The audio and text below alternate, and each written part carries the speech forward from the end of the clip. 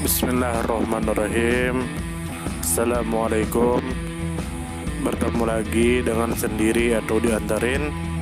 Semoga kita baik-baik saja dan semoga kita masuk surga. Amin. Sekarang masuk ke video. Masjid Emir. Tentu saja kemungkinan tidak asing di telinga kita terlebih bagi para orang-orang yang pernah mendengarnya. Disebutkan menurut informasi yang beredar bahwa Masjid Emir Sultan adalah sebuah bangunan keagamaan bersejarah di Bursa, Turki, yang juga mencakup kompleks pemakaman dan fasilitas keagamaan. Masjid ini merupakan salah satu simbol perpaduan antara arsitektur Ottoman klasik dengan gaya barok Ottoman yang berkembang kemudian. Selain masjid, kompleks ini juga meliputi Mausolem Emir Sultan, tempat pemakaman keluarga beliau, hamam, serta air mancur bersejarah. Kemudian menurut informasi yang beredar bahwa tokoh utama yang terkait dengan sejarah masjid ini adalah Emir Sultan, yang nama aslinya adalah Syamsuddin Mehmet Ali Al-Husain Al-Bukhari.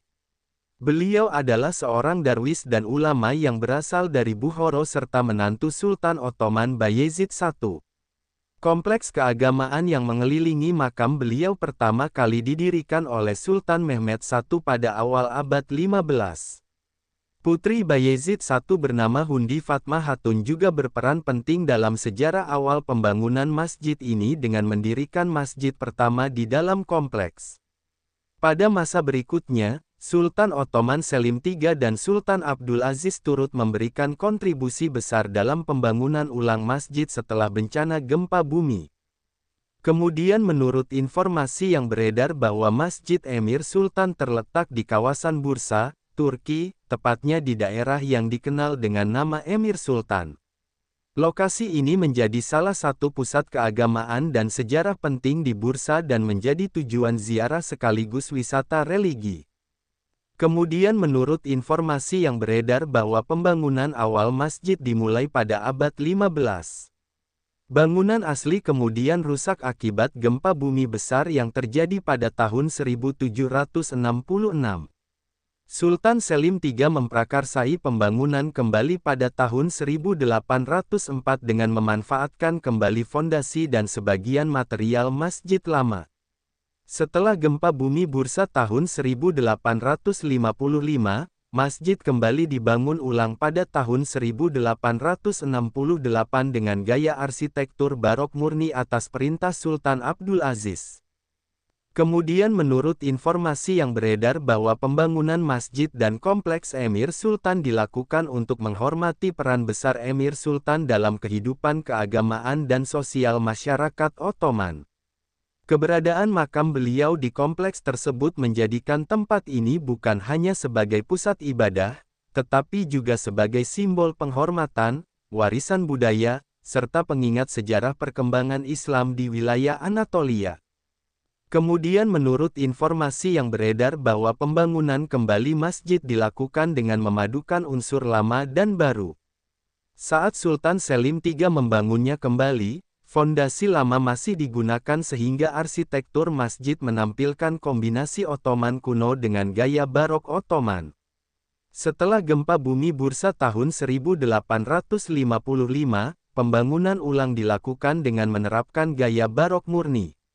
Secara arsitektural, masjid terbuat dari batu bata dengan ruang salat tunggal yang luas, dua menara di bagian utara, halaman luas dengan air mancur untuk berwudu, arkeid kayu dengan lengkungan runcing, serta mausolem yang menjadi tempat peristirahatan Emir Sultan dan keluarganya. Informasi panjang lengkap dari semua sudut pandang. Dari sudut pandang arsitektur, Masjid Emir Sultan menunjukkan evolusi gaya bangunan Ottoman dari bentuk tradisional menuju pengaruh barok. Denah masjid berubah setiap kali dilakukan pembangunan kembali, mencerminkan adaptasi terhadap kebutuhan zaman serta pengaruh estetika yang datang kemudian. Arkeid kayu dengan lengkungan runcing dan kubah-kubah tinggi memperlihatkan ciri khas arsitektur Ottoman, sedangkan penggunaan gaya barok pada pembangunan kembali mencerminkan keterbukaan terhadap pengaruh seni Eropa. Dari sudut pandang sejarah, kompleks Emir Sultan bukan hanya sekadar tempat ibadah, tetapi juga pusat pendidikan, kegiatan sosial dan simbol kebesaran spiritual di bursa. Kompleks ini berkembang beriringan dengan peran penting bursa sebagai salah satu kota besar Ottoman sebelum pusat kekuasaan berpindah ke Istanbul. Pemakaman Ottoman yang membentang dari kompleks menunjukkan bahwa wilayah ini menjadi tempat penghormatan bagi tokoh-tokoh terkemuka dan masyarakat pada masa itu. Dari sudut pandang sosial budaya, keberadaan makam Emir Sultan menjadikan kompleks ini tempat ziarah yang terus hidup hingga masa kini. Tradisi ziarah ke makam tokoh suci atau ulama besar merupakan bagian penting dalam kehidupan keagamaan masyarakat setempat.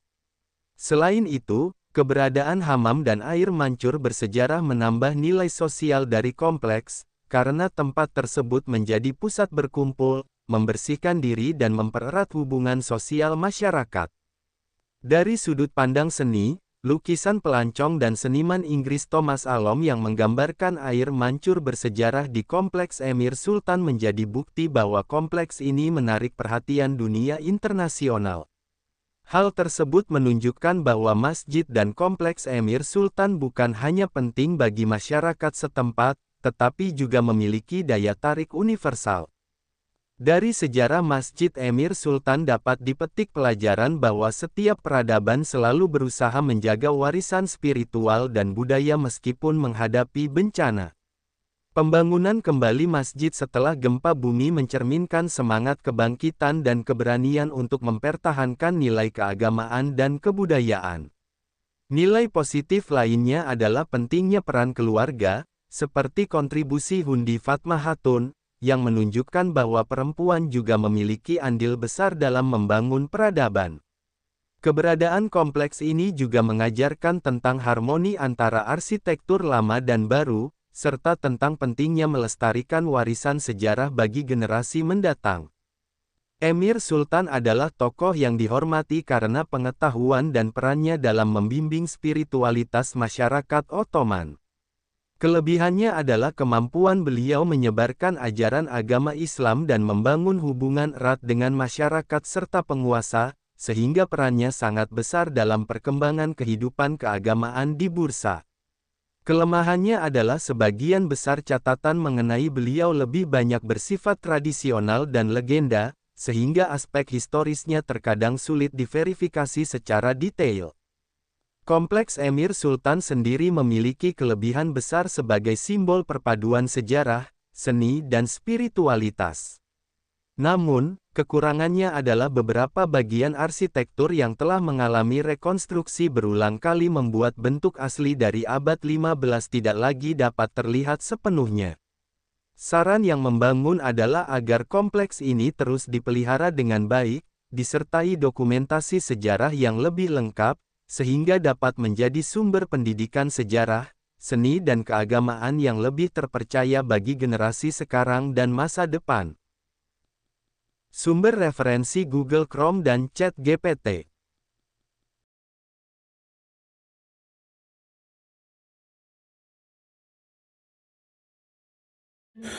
Tentu kita tahu bahwa dalam setiap perjalanan hidup, selalu ada saat ketika diri kita merasa lelah, goyah, bahkan ingin menyerah.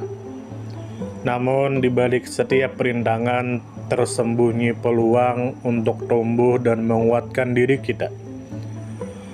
Hari ini adalah kesempatan baru, saat yang tepat untuk kembali menyusun niat, memperbaiki langkah, dan meyakini bahwa setiap tetes usaha tidak akan pernah sia-sia. Bangkit bukan karena tidak pernah jatuh, tetapi karena memilih untuk tidak tinggal dalam kejatuhan. Teruslah melangkah meski perlahan, karena selangkah lebih dekat adalah lebih baik daripada diam dalam keraguan. Ya Allah, ya Tuhan kami yang Maha Pengasih lagi Maha Penyayang, jadikanlah hidup kami ini sebagai ladang amal yang penuh berkah. Berikan kekuatan untuk terus menebar kebaikan di dunia. Anugerahkan kemudahan dalam menghadapi segala ujian, dan karuniakan akhir kehidupan yang baik. Lindungi diri kami dan keluarga dan fitnah dunia yang menipu. Jadikanlah akhirat kami sebagai tempat peristirahatan terbaik, dan masukkanlah kami ke dalam surga-Mu bersama orang-orang yang Engkau cintai, serta jauhkan kami dari siksa api neraka dan kemurkaan-Mu yang tak tertahankan. Kepada setiap orang yang pernah hadir dalam perjalanan ini, terima kasih atas waktu, kebaikan, dukungan, bahkan teguran. Maafkan atas setiap kata yang menyakiti, sikap yang mengecewakan, atau hati yang mungkin belum sepenuhnya mampu menjaga. Manusia tidak pernah sempurna, namun ketulusan untuk tetap terus belajar dan memperbaiki diri tidak akan pernah padam. Tentu kita tahu bahwa kebaikan tidak selalu datang dalam bentuk besar. Terkadang senyum kecil yang tulus, tangan yang ringan membantu, atau telinga yang mau mendengarkan sudah cukup untuk mengubah hari seseorang menjadi lebih bermakna. Jangan pernah kita menyepelekan kebaikan sekecil apapun, karena bisa jadi satu perbuatan kecil bisa menjadi rahmat Allah turun. Tentu kita tahu menjadi pribadi yang baik bukan berarti tanpa celah, namun menjadi pribadi yang senantiasa sadar dan ingin terus memperbaiki diri. Kebaikan itu menular, dan siapapun yang menanamkan kebaikan akan menuai kebahagiaan meski tak selalu terlihat oleh mata. Dunia membutuhkan lebih banyak hati yang lembut, tangan yang menguatkan, dan jiwa yang peduli. Semoga usaha yang dilakukan bernilai ibadah. Semoga hidup kita menjadi pemberat amal baik, dan semoga kelak ketika dunia telah kita tinggalkan, nama yang tertinggal bukan hanya sekedar dikenang, tetapi menjadi doa yang terus mengalir karena kebaikan yang tidak pernah berhenti untuk ditanam.